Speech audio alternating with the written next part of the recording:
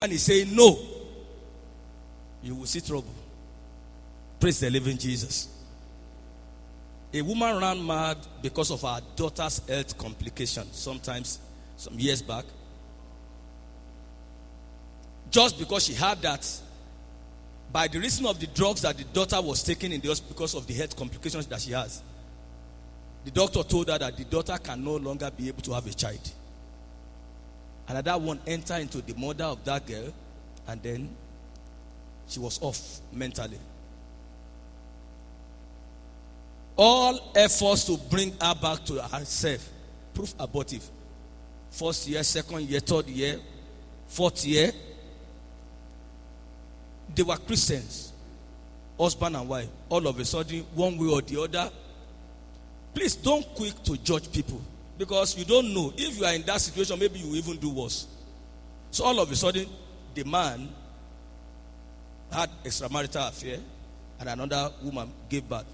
It was about that time that the child has been given birth to that I met with this young lady in school.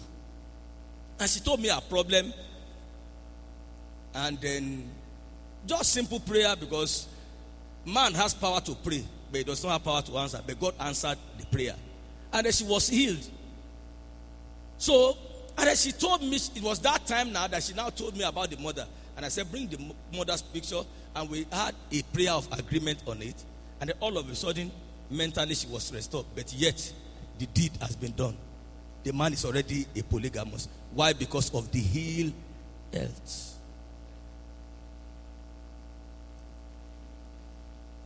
These are true life stories. The woman with the issue of blood. Well, if you look at that case very well, you will know that that woman was once married. Even though it was not mentioned. Because she has substance. Everything that she had went into her health challenge. But all of a sudden, there was no remedy. Which man here can stay 12 years when a woman comes seeing blood every day for 12 solid years? It means that she's untouchable. You know what it means? I'm sure that man did not run, he flew. He flew, he did not run. So nobody could trace his address. Whether he now came back or not, nobody knows. Please take care of your health, because it can affect your business, it can affect your marriage, one way or the other. Number 3, your marriage now. How will your marriage affect your health and your work? Let's look at work, for instance. Until you have a good home front, you don't have a business. You don't have a work. If your home is not settled, it will unsettle every other endeavors of your life. Because you woke up in the morning, you want to go to the office, and then your wife suddenly come and then held your tie and say, you are not going anywhere today. Now, I've seen cases, and I've had some issues that where pastor praying that the wife should die. And I mean pastor. Because the man, after the man has finished the preparation of the message, say, you think you are the one going to preach this message? Never. Never on a Sunday morning. So the pastor had no any other option. He was praying. And one of these, somebody was assisting him that time. And eventually when he was seeing all manner of things that he was not supposed to see, he left that ministry and came and enrolled in our Bible school, and he became a pastor. We came in together to the ministry. But one day, they transferred me to the place to go and head him in that station. And he too, the same way the former senior pastor was praying, that same way he too was praying for his wife to die. Until I came to that station. And I told him, no, there are some things you need to do. This woman is not as bad as you think. It's not as bad as you think. It's just because you don't know what it takes to get the best out of our life. That is why, and by the time I explain certain things to him, and he began to apply it, they are still together today. Even though they are not longer in our ministry, they have their own ministry and it's flourishing today, sir.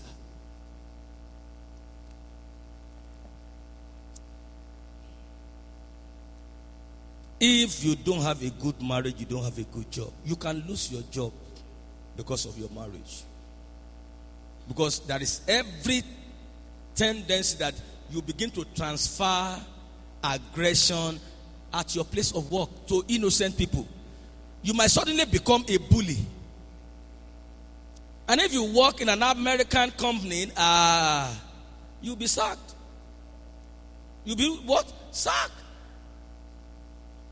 There is a way you can't talk. Like for instance, if you work in, what's the name of this bank now? I've forgotten the name of this bank now. It has American something. I've forgotten now. You can't talk to your subordinate anyhow. You can be sacked.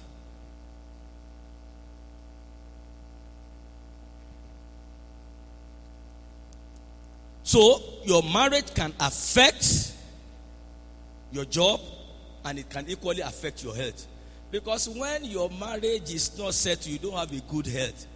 Quite a number of people that are carrying about hypertension, high blood pressure, diabetes, and all the like.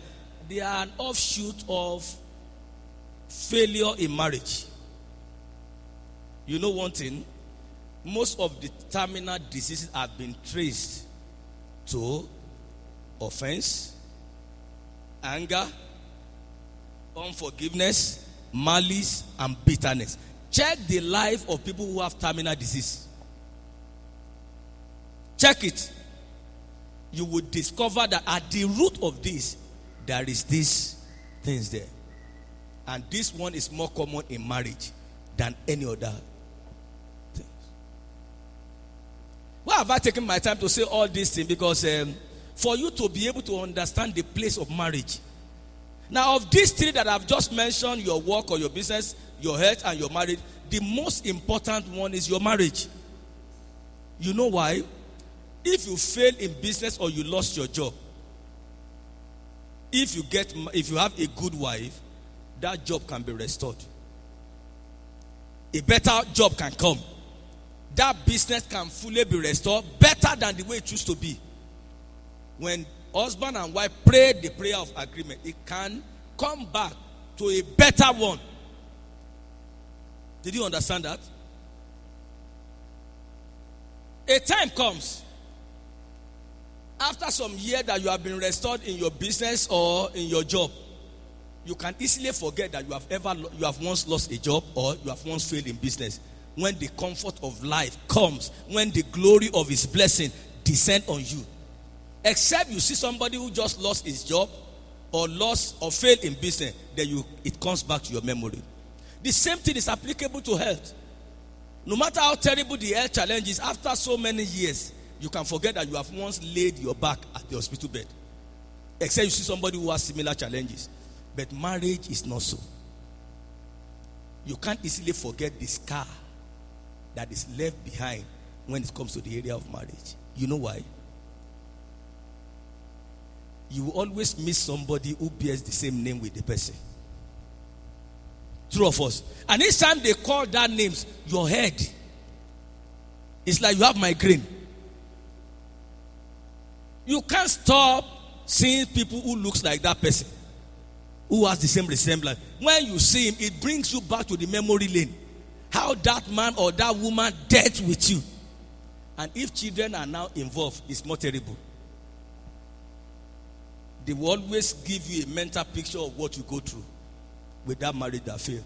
Please don't, all the people that are that have lost their marriage and not like that are posting about as if nothing is wrong. It's a lie, sir. When they are in the public, they can be laughing and they can be smiling. But when they get to the corner of their room, there are a lot of things. Except God just step into your life to remove that pain, to remove that discomfort, to blot it out from your life. It's not easy, sir. To go through divorce, and then you can easily forget it. No, sir. No, sir.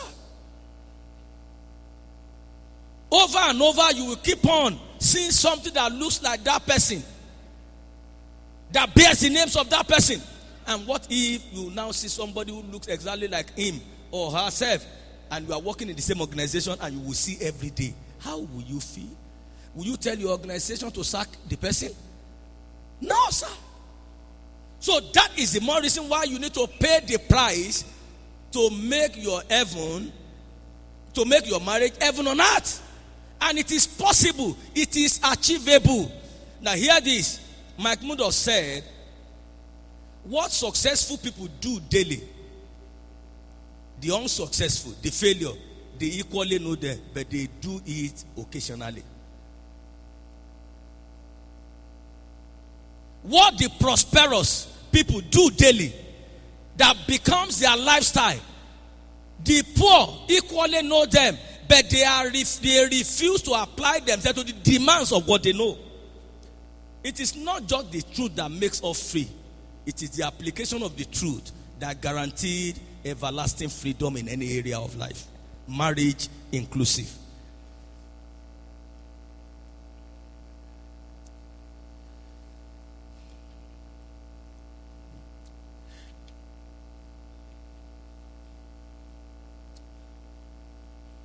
What about this marriage? Is marriage not a necessary evil, as many have it today and have accepted it to be so? Is it not so? Because quite a number of people say, if not because of marriage is a necessary evil, why would I even marry? Now the person that is talking to you, I don't even have the plan in my life when I was growing up to marry, by virtue of what I saw around me. I rather prefer to have plenty wives and stay alone somewhere, and if I need the woman, any of the woman, I travel to wherever she is, I go and come back. That was my plan until I became born again, and I have an encounter with Bishop Devoyedepo, and I had some word that gave me a reorientation. That was my plan, sir. Because I don't like trouble in my life. I just want to live a peaceable life. But I discovered that even at that, you have more troubles.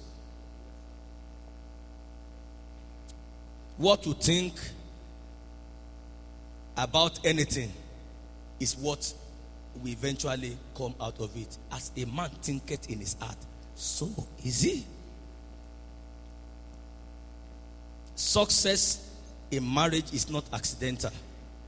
There is no accidental success anywhere. Oh, this is a very, very successful accident. Have you ever heard that statement like that before? No, sir. Anything that is called success is usually worked at. Success in marriage, as in any other endeavor in life, answers to working and not dreaming. Quite a number of people, they are living in fantasy, just dreaming. Oh, I wish. And because they have read so many books, so many stories, all manner of fictions like that. I don't know, blues and what? All manner of those things. Those one only they only exist on the pages of books, not in reality. Now you just see somebody, then he just married, and then every day they are going from Las Palmas to Las Vegas, and they're just doing honeymoon like that. It's in the book that you can see that one. You can't see that one existing in reality, sir. So stop reading all those junks. Because that one will raise your expectation unnecessarily. By the time you get there, you are disappointed. Is this? Praise the living Jesus. If you are already married, there is a way out. But if you are not married, shine your eyes. I mean your spiritual eyes. Not your physical eye. Because most often than not, ladies and young guys of today, is their physical eye. They will tell you, okay, what kind of man do you want? They will write there, number one, somebody that has the fear of the Lord. Is a lie. Because when the real man who has the fear of the Lord comes, and it's not looking like what they want, they will turn it down. That's the truth. That's the truth.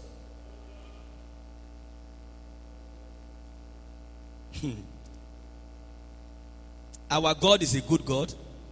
Is that not correct? And this God will never introduce what is not good. He will only introduce that which is good. And that's why in Genesis chapter 2, verse 18, where he began the issue of marriage, he said, it is not good for a man to be what? Alone. I'm going to do what? Find him what? A helpmeet. Not helpmate. Helpmeet. One that is suitable, adaptable, complementary. Not a mate. A right peg in the right. Oh.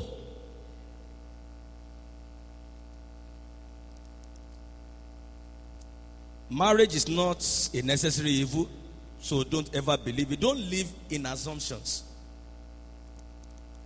A wise man once said, some people dream of success, while others wake up and work hard at it to produce their much desired success. Prayer will never take the place of applied biblical knowledge. No, prayer will only complement applied knowledge. Because some people can pray, they are turn themselves to prayer mantis. They can spend 30 days, 30 nights without eating, praying. And yet, what it takes for them to bring about a change in what they are expecting, they are yet to know it. There is something you must do to enjoy each free marriage. As an adult, you are expected to ask the Lord, what must I do? Don't behave like children who always say, give me, give me. God, do this, God, do this. Your prayer should be, what must I do to have heaven on earth in marriage? No matter what you are going through, sir and ma, today in your marriage or in your relationship, it is not new. There is nothing new under heaven. And it is not special. The Bible calls every challenge as common. 1 Corinthians chapter 10 and verse 13. It said, there are no temptation taking you. That word temptation means challenges. But such as is common to man.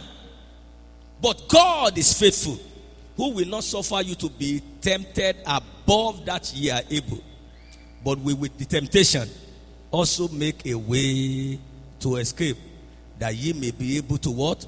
Bear it. Psalm 34 verse 19 says that many are the affliction of who? The righteous. He said, but the Lord deliver them from them all.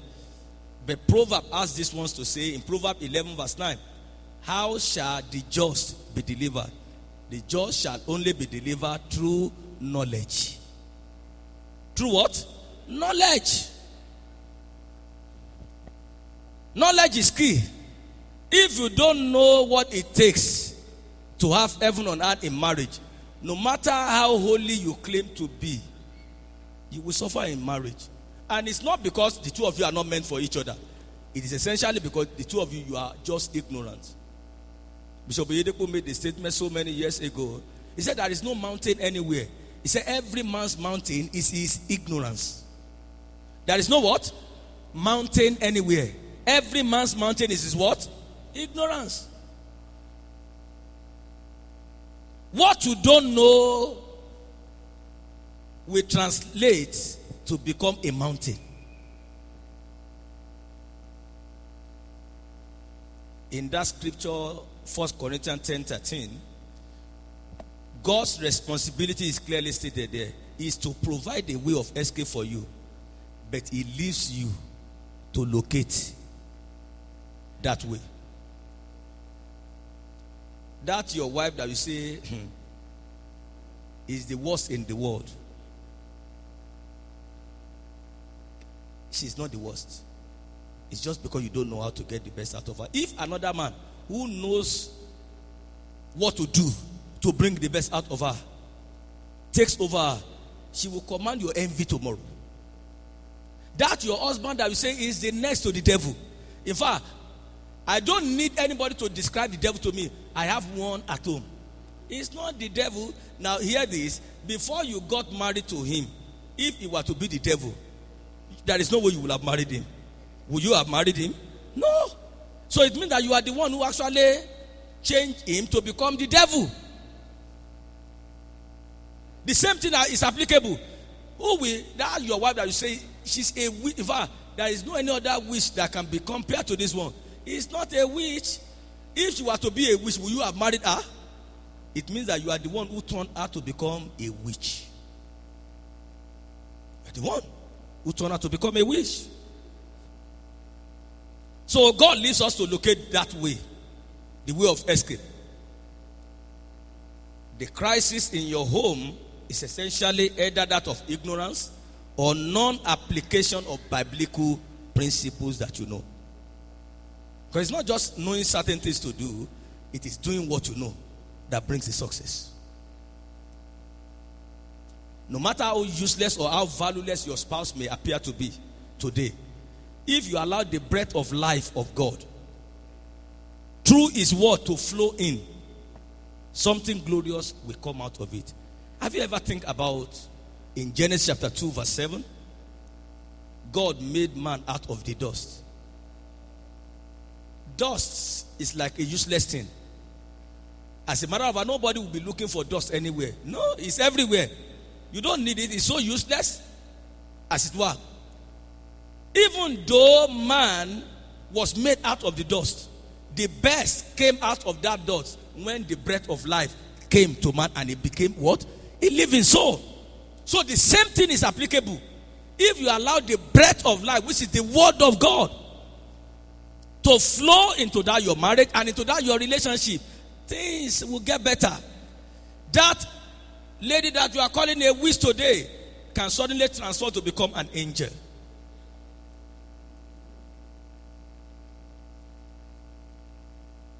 By my mouth have I spoken, and by my spirit have I gathered it. Talking about the word of God. Now let's look at 7 fundamentals of a successful marriage. 7 fundamentals.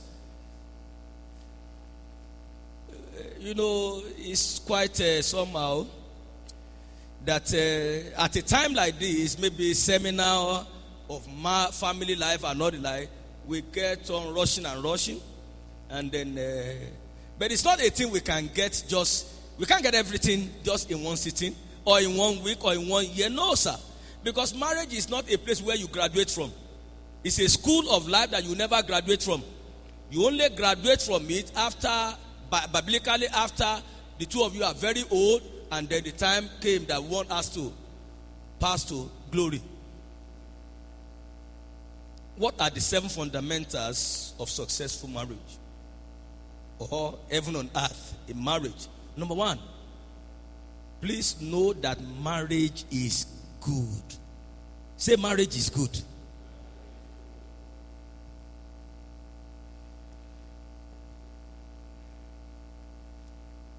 Genesis chapter 2 verse 18. How do I know that marriage is good? Marriage is not just good, it's equally honorable. Marriage is good and honorable. Marriage, how do I know that it's good? Because marriage was instituted by God. And God is a good God. And a good God will never institute something that is not good. True of us. So marriage is good. He said it is not good for a man to be what? Alone. It's not good for a man to be alone.